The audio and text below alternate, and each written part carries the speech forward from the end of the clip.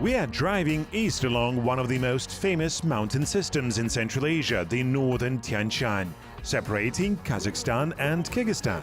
In a couple of days, we will move in the opposite west direction, along the northern shore of Lake Issyk-Kul. Do you remember the Kungey-Alatau when we traveled from Almaty? This time, we are driving along the same Kungey-Alatau, but along its southern slope. We drove around it.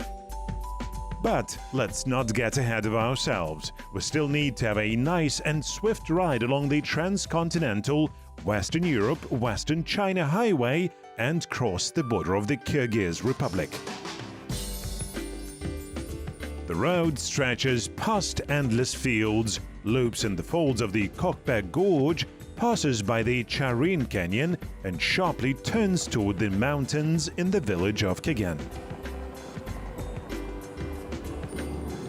The customs checkpoint stands on the bank of the Karkara River.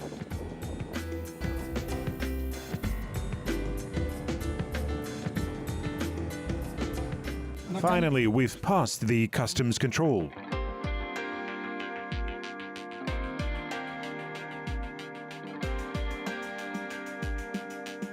This is the Karkara River, originating in the Terskei-Alatau glaciers.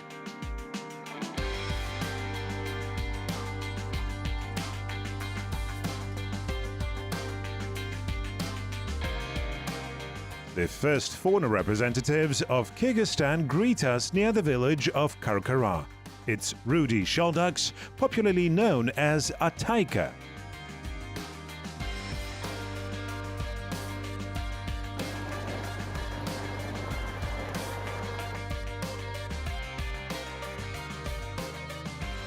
For thousands of years, conquering armies have been using the Santash Pass. Everyone remembers Timur Bekmambetov's famous TV ad with Tamerlane's warriors. Some stones are quite large, others can fit your palm.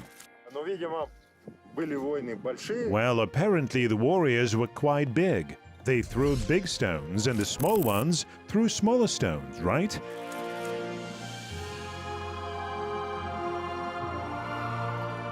After so many centuries, it is difficult to say for sure whether Tamerlane's army passed here or not. Only legends and traditions have remained from those times, but by the shape and size of the stones, the mound resembles a funeral site of the Turk Khaganate era. Today, this place has become a tourist attraction.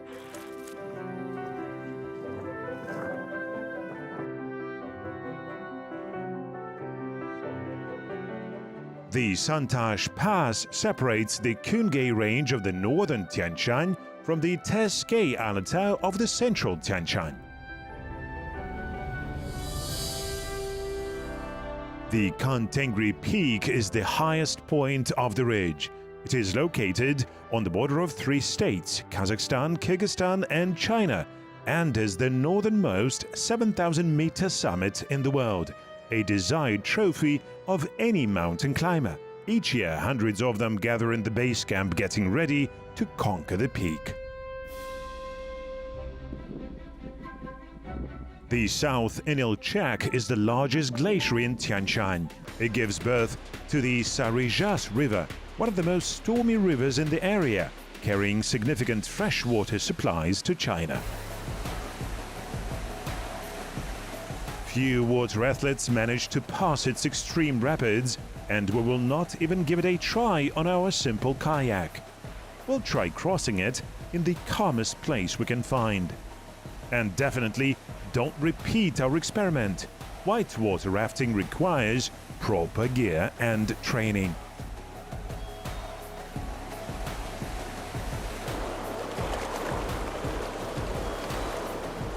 At first glance, the mountainous rocky slopes seem too harsh, but in reality, life is boiling here. Marmots, Siberian mountain goats, and even Argali mouflons, you name it.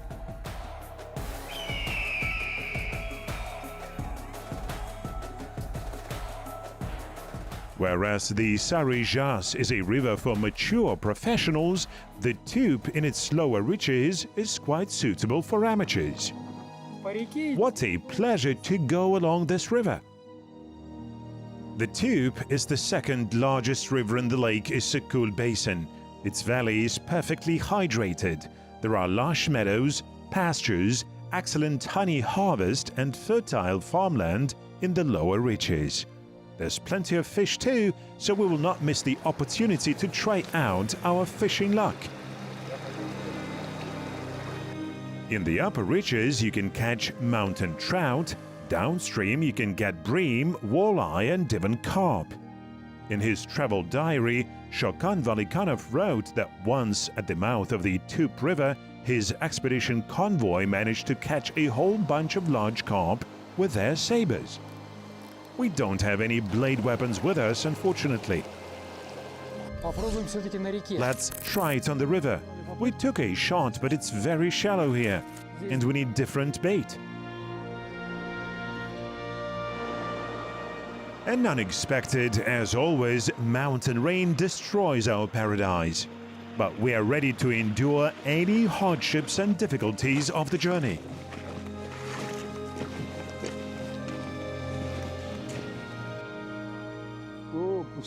Oh, it's empty. Yep. I have checked out all the backwater and snuggy spots. This is the best bait ever. Carrot. Listen, gentlemen, we know that 80 rivers flow into Lake Issyk-Kul, right? If we don't catch a single fish in these 80 rivers, what conclusion can we draw? That we are bad fishermen, aren't we? No, no, no. We'll definitely catch something. Any bad weather always ends, leaving crystal clear and clean air behind. Cheerful sun rays play in the branches. Although we didn't catch any fish in the Tup River, we have successfully overcome all the shallows. After the rain, the water has turned brownish muddy. It's unlikely that the fish will notice even the most delicate bait in it.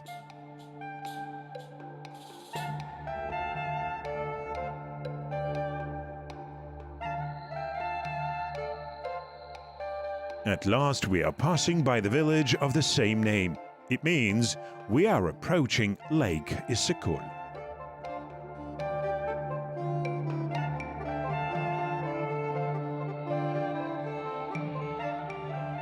At the bridge, our driver Uncle Vitya greets the travelers. We need to deal with some formalities, so our friendly team temporarily splits into parts.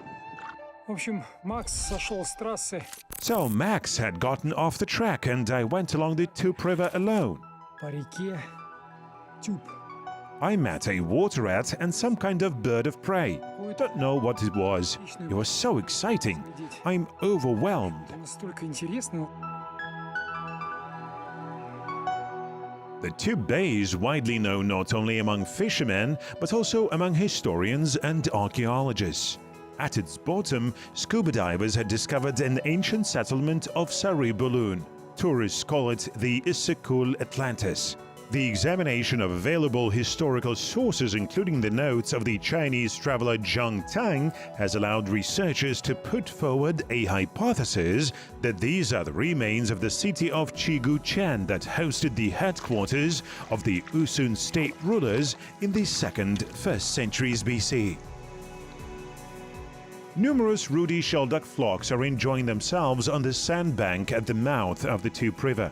These birds are protected by the Red Book, as well as the ancient folk traditions discouraging hunting them. According to one of the folk tales, once every 100 years a Tazi puppy hatches from a shelduck egg. The lucky person who gets such a puppy will be fortunate in everything he or she does. On the bay shore, we notice a group of fishermen and decide to set up our camp nearby.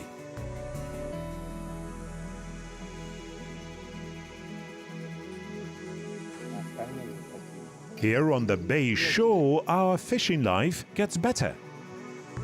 Lark at last. I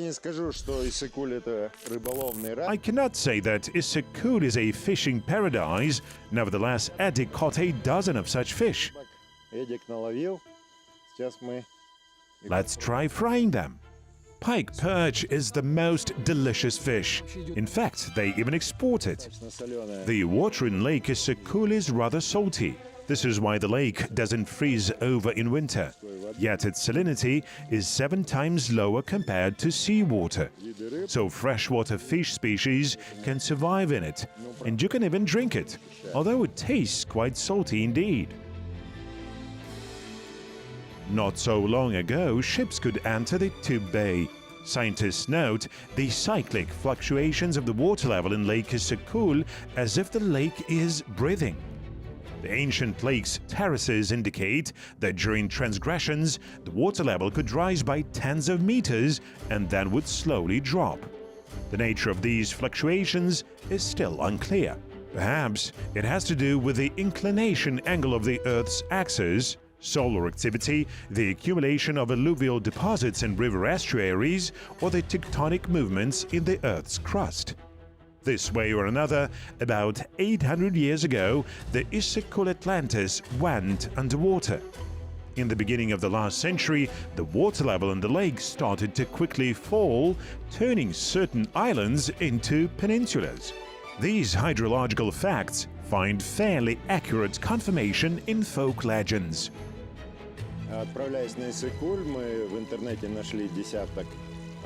Getting ready for our journey to Issyk-Kul, we found a dozen legends about the lake formation on the internet. There's one that we liked the most because it is quite cautionary. Once upon a time there was no lake here. Instead, there was a city. The ruler of the city had a younger brother, a very cruel, domineering person and crazy about women. Using his power, he had seduced a lot of women and girls. But one proud beauty, a poor man's daughter, turned him down. He didn't give up and continued pursuing her. The girl turned to the city residents for protection, but they turned out cowards and got afraid to save her. So the girl asked the supreme forces, God Tengri, to defend her. And he did. He washed that sin city away, and a beautiful lake formed in its place. One of the islands, Zayachy or Hare Island, has become a peninsula just recently, and this is exactly where we intend to go. We've read a lot about it on the internet and in tourist booklets, as well as in research articles, for example by academician Ploskich. On the internet, we found out that the catacombs are located to the right of the Tup Delta. We have covered several kilometers along the Tup's right bank in the Tup Bay, but haven't seen anything resembling catacombs so far. Academician Barthold had also described a settlement of the same name of the 10th, 12th centuries AD at the mouth of the Kurmenti River. No mention of the catacombs, though. A school history teacher had first discovered them in 1956. We are practically out in the open water. This is already Lake Issyk-Kul. The wind is strong, but the waves are still not big enough to cover the boat. We need to take care of our gear.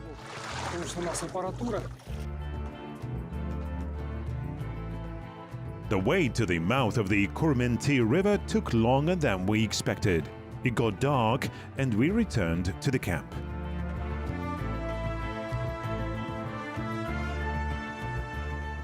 The next day we went in search of the mysterious catacombs at dawn.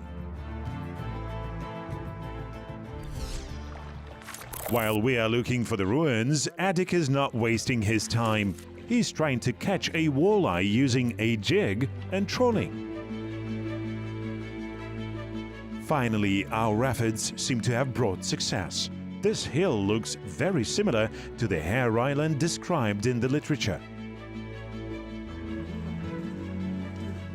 We come on shore and examine the surroundings. The former island has connected with the bank via a land bridge, turning it into a peninsula. It was a forbidding mountain. Look there, the lowland. Gulnara told us that in the past they would walk over to the island chest deep in water. Yes, she said it was in her childhood.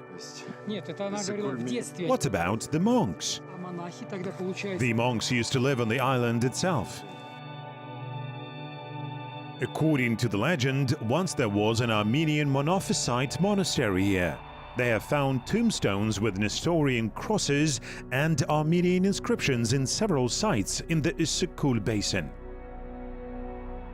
In 2003, an expedition led by academician Ploskich worked on the Hare Peninsula searching for the Nestorian monastery depicted on the old Spanish Catalonian world map that allegedly holds the relics of the Apostle Matthew. The Catalonian World Atlas that appeared in 1375 is currently kept in the National Library of France. The authors of the map had depicted the monastery on the shore of the lake with the name of Issyk-Kul. Look, doesn't this remind you of anything? Doesn't it look like a cultivated orchard? Yes, an orchard. Cherry, apple and apricot trees.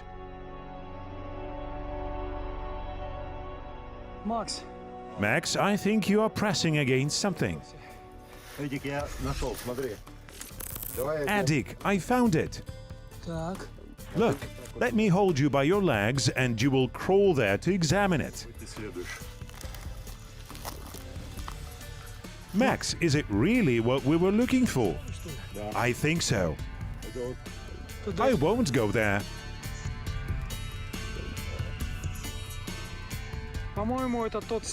Max, this seems to be the cross that the monks had installed. No, the monks couldn't do it because it looks quite new. Yet we are clearly on the right track. Max, look at this.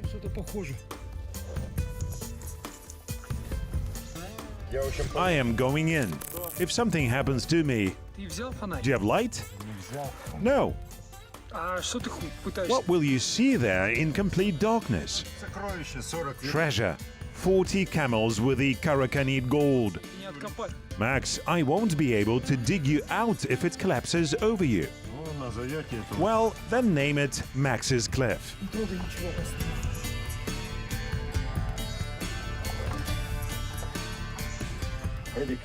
Adik, look. One chute is going right and the other one is going left. Which way should we go? Let's go there. As you say. This one is going quite far. I won't go too deep, as in some places the walls have already collapsed. Max, let's not risk it. We didn't warn anybody and we have filmed quite a lot.